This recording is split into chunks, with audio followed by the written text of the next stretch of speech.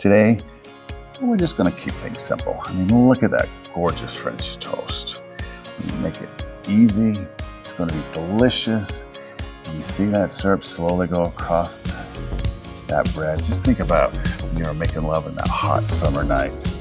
And those delicious ingredients that we put into our French toast, and when we add in a secret ingredient to that, oh, it's gonna be a classic. You're gonna keep this and make it over and over in your home. Okay, without any further ado, let's get this started. Okay, the first thing we need to do is make a batter for that bread. So we're gonna crack in a couple of medium or large eggs. And we're going to take our fork and just kind of mix up here just a little bit, just to combine the yolks together. Just kind of want to break those up just a little bit. Looking pretty good. Now we're going to add in a 1/4 cup of milk. Here comes the milk. Now the milk really makes those eggs and everything else combine really nicely, so it helps set up that batter. And we've got our cinnamon, just a 1/2 teaspoon of cinnamon. Now here's our secret ingredient. I'm so excited. It's an 1/8 of a teaspoon or 1/4 of a teaspoon of nutmeg. Start with the 1/8 teaspoon first, and then of course our vanilla. Vanilla always is good. And then lastly, our brown sugar, if it'll ever come out of the bowl. And that's gonna be a tablespoon of that. So mix everything together so everything is combined well. I left a little bit on the sides there, but you wanna get everything together. And this won't be the last time that you mix it together. Talk about our toast. Today I'm using Texas toast. It's one of my favorites for French toast. It's thicker, it's a little bit drier than white bread. You could use brioche or you could use French bread if you'd like. Just cut it about 3/4 of an inch thick. And now you're getting close to some fantastic French toast. Okay, right here we're gonna put in a couple of pats of butter. And it's gonna melt very quickly. So you want your heat to medium high.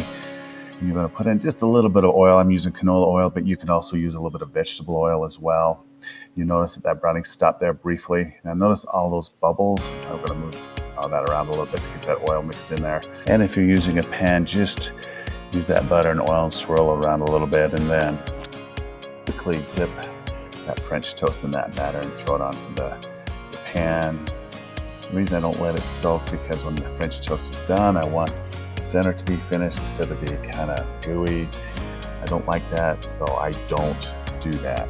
And notice now, with everything on your pan, you notice those bubbles. That's just to let you know that some of the fat is being rendered out of that butter, and those big bubbles, we're going to tell you not to flip it. You're going to wait for that to settle down here in a few minutes. It's going to take about 3 or 4 minutes.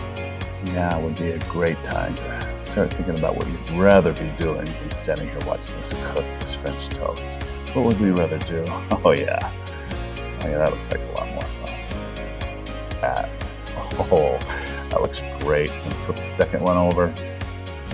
Now you'll notice that the bubbles start kicking up just a little bit, especially on the one on the bottom. That's just to let you know that it's still cooking, and when that settles down, yeah, right there. You're gonna notice when that settles down a little bit, you're going to have it be done. And now you should be able to make about 6 full slices of toast with that batter that we just made. And now take a look at that. Just drizzle that syrup slowly over the top of that. Oh man, doesn't that look good? A little powdered sugar if you have it. Now we're gonna take a little taste here at the end. Oh man, I take the one with the most syrup, of course. And let's take a taste. Oh yeah. Take a look at it first. That is really good. Oh my God, you've got to give this a try. Hey, hit like and subscribe. It's our first video. Hit that bell. Tell us what you think. Hey, we'll be back again soon.